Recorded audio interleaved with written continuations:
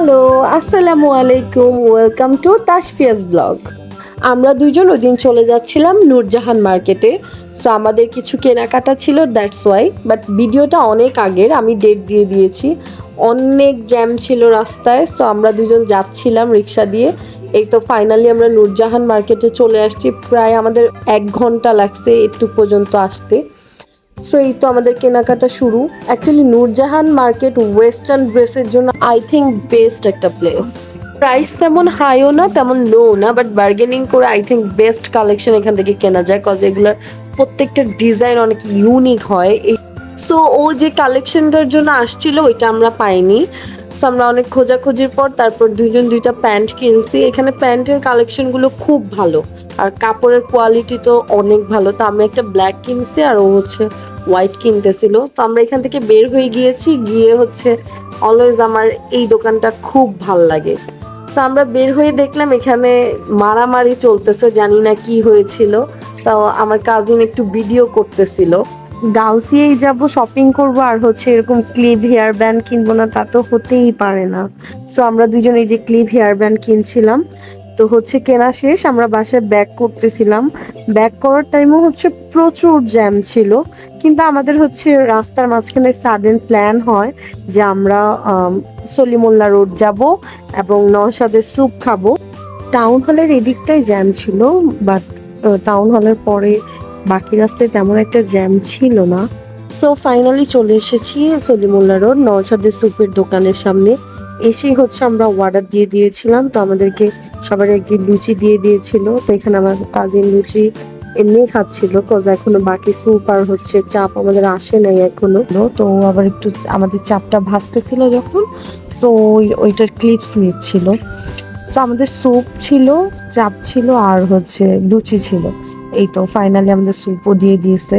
তো অলওয়েজ ও আমার স্যুপটা বানিয়ে দেয়, এই তো আমাকে স্যুপটা বানিয়ে দিয়েছে।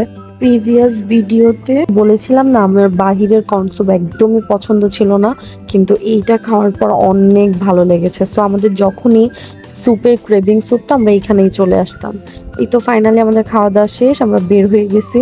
সো হচ্ছে ভুট্টা খাবে, এটার জন্য ওয়েট করতেছিলাম আমি রিক্সায় বসে।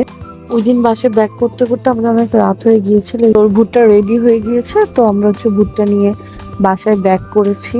তো যাওয়ার টাইমে তেমন একটা জ্যাম ছিল না, 27 নাম্বার। সো হচ্ছে এটা হচ্ছে পরের দিন সকালবেলা। ওই দিন হচ্ছে আমার কাজিন দেশের বাহিরে চলে যাবে। সো আমরা গাড়ির জন্য ওয়েট করতেছিলাম। আমরা সবাই মিলে ওনাকে বিদায় দিতে গিয়েছিলাম। সো আমাদের মেবি সকাল 4টায় উঠতে হয়েছিল, কজ ওনার ফ্লাইট 10টায় না 11টায় ছিল। সো আর্লি যেতে হবে। এই তো আমার এই কাজিনটাই হচ্ছে চলে যাচ্ছিল সৌদি আরব। তো এখানে ভাবিটা কান্না করতেছিল। স্বাভাবিক, বিদায়টা অনেক কষ্টের হয়, বিদায় কখনোই খুশির হয় না। সো তাও উনি অনেক স্ট্রং ছিল মাশাআল্লাহ। আমি তো অনেক অনেক উইক হয়ে গিয়েছিলাম, আসলে মেনেই নিতে পারতেছিলাম না। আবার হচ্ছে আমার তো ফার্স্ট টাইম ছিল, দ্যাটস ওয়াই। ওনার আবার হচ্ছে এটা সেকেন্ড টাইম, হয়তো বা এই জন্য উনি একটু স্ট্রং হতে পেরেছে। সো আমরা ভাইয়া ভিতরে ঢোকা না পর্যন্ত ওয়েট করতেছিলাম। ওই দিন অনেক ভিড় ছিল। তো এই তো ভাইয়া ফাইনালি হচ্ছে ভিতরে ঢুকে যাচ্ছিল। আসলে এই মুহূর্তটা খুবই কষ্টের হয়। যাদের কাছের মানুষগুলো এইভাবে দূরে চলে যায় তারাই আই থিঙ্ক এই কষ্টটা ফিল করতে পারে। বাট কিছু তো করার নেই, যেতে তো হবেই মানুষের জীবনের তাগিদে। তো এই তো ফাইনালি হচ্ছে আমরা বাসায় চলে যাচ্ছি। সকালবেলা খুব সুন্দর ওয়েদার ছিল, তখন উইন্টার ছিল। যত কিছু হোক সবকিছুর মাঝে আমার ছোট বোনের ছবি তো মিস দেওয়াই যাবে না। সে ছবি তুলতে খুবই ব্যস্ত ছিল। তো আমার কাজিনকে দিয়ে জোর করে করে ছবি তুলতেছিল, খালামণি বারবার ডাকতেছিল। সো তার মাঝে ওদের সাথে আমিও শেয়ার হয়ে কিছু পিক তুলেছিলাম, কজ ওয়েদারটা খুবই সুন্দর ছিল। এই তো ফাইনালি আমরা বাসায় চলেই যাচ্ছি। তো আমরা হচ্ছে সিএনজিতে সবাই উঠে গিয়েছিলাম। আমরা বাসে খুব আর্লি পৌঁছে গিয়েছি, কজ রাস্তায় জ্যাম ছিল না। বাসে এসে আমি আর আমার কাজিন চলে এসেছিলাম নাস্তা নেওয়ার জন্য।